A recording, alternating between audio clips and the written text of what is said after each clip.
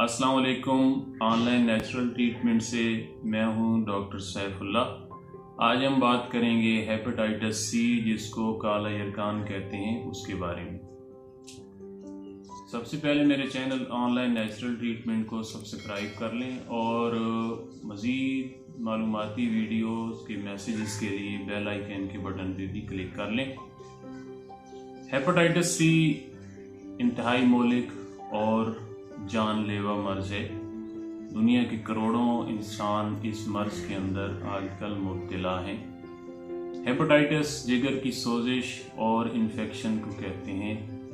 Hepatitis C जिस virus की वजह से फैलता है उसको HCV का नाम दिया जाता है। इसकी वजूहात गंदे गले सड़े फ्रूट और सब्जियों का इस्तेमाल करना, हम जिन्स परस्ती, बाजारी औरतों के साथ ताल्लुक़ रखना, मुतासरा शख्स की सरंज या रेज़र इस्तेमाल करना और ख़ास तौर पे अपने हाथों को खाना खाने से पहले साबुन से ना धोना, वाशरूम और लैट्रीन इस्तेमाल करने के बाद अपने हाथ को साबुन से ना धोना शामिल है।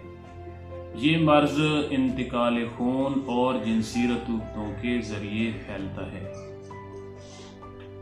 इसकी अलामत इतनी ज़्यादा नहीं होती, लेकिन थकावट, कमज़ोरी, टांगों में दर्द, भूख की कमी और बाज़ औक़ात मतली की कैफियत होती है। लेकिन अगर ये मर्ज़ हमला आवर हो जाए तो इससे जिगर सिकुड़ना शुरू हो जाता है, पेट के अंदर पानी पड़ जाता है,